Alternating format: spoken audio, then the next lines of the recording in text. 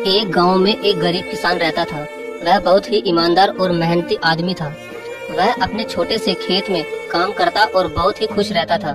पूरे गांव में किसान की ईमानदारी के बहुत ही चर्चे थे। उसका एक दोस्त था जो उस गांव के राजा के यहाँ सिपाही का काम करता था। वह किसान से उसके घर रोज मिलने जाता था। एक बार राजा ने अपने दरबार में एक ऐलान किया कि उसके बगीचे में काम करने वाला एक अच्छा सा कारीगर चाहिए जो उसके बगीचे के पेड़ पौधों और फूलों का ध्यान रख सके। राजा का यह ऐलान सुनकर किसान के दोस्त सिपाही ने सोचा कि यही मौका है किसान से मित्रता निभाने की। मैं उसे यहाँ बगीचे में काम पर लगवा दूंगा और उसका वह मेरा साथ भी रहेगा और किसान का भला हो जाएगा। यह सोचकर उसने राजा से कहा कि महाराज, मैं आपके लिए एक ऐसे आदमी को लेकर आऊंगा जो यह काम अच्छे से कर लेगा। तभी राजा ने उस सिपाही को आदेश दिया कि जाओ, उसे कल से ही बगीचे में काम करने के लिए कह दो। उसी वक्त वो सिपाही अपने दोस्त किसान के पास पहुंच गया और उसने किसान को बगीचे के काम की सारी बात बता दी और किसान ने भी काम करने के लिए खुशी खुशी हाँ कर दिया और अगले ही दिन अपने दोस्त के साथ राजमहल पहुंच गया।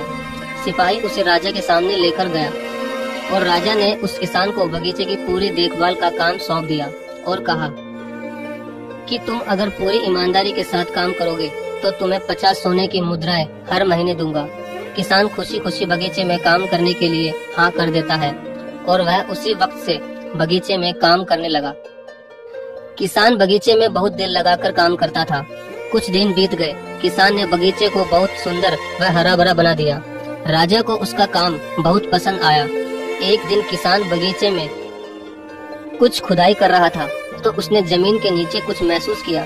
तो उसने और खुदाई की तो देखा वहाँ नीचे एक बड़ी सी संदूक थी। किसान ने वह संदूक बाहर निकाली और खोलकर देखी तो क्या देखा, वह सोने और चांदी से भरी हुई थी। यह देखकर किसान बहुत खुश हुआ और अपनी ईमानदारी दिखाते हुए वह राजा के पास पहुंचा और राजा को सारी बात बता दी। राजा किसान की ईमानदारी देखकर बहुत खुश हुआ और उसके साथ वहां गया जहां किसान ने खजाना निकाला था। राजा ने देखा तो कहा, यह खजाना तो हमारे पुरखों का है। हम कई वर्षों से इसे ही खोज रहे थे। यह खजाना देखकर राजा बहुत ही खुश हो जाता है और अगले ही दिन राजा ने उस किसान को पूछा कि बोलो, तुम्हें क्या इनाम चाहिए। किसान बोला, मालिक, मुझे कुछ नहीं चाहिए, मेरे पास जो भी है मैं उसी में खुश हूँ।